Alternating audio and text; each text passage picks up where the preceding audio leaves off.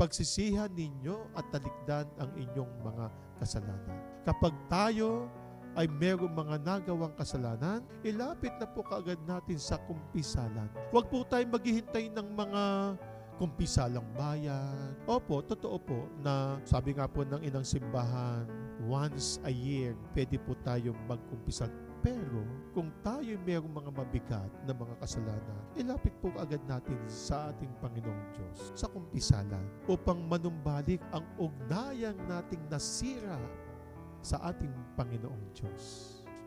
Gayon din po man ang ugnayan natin sa nasira nating ugnayan sa ating kapwa, ilapit po agad natin sa kumpisalan. Yan po ang hinihingi ng kabanalan.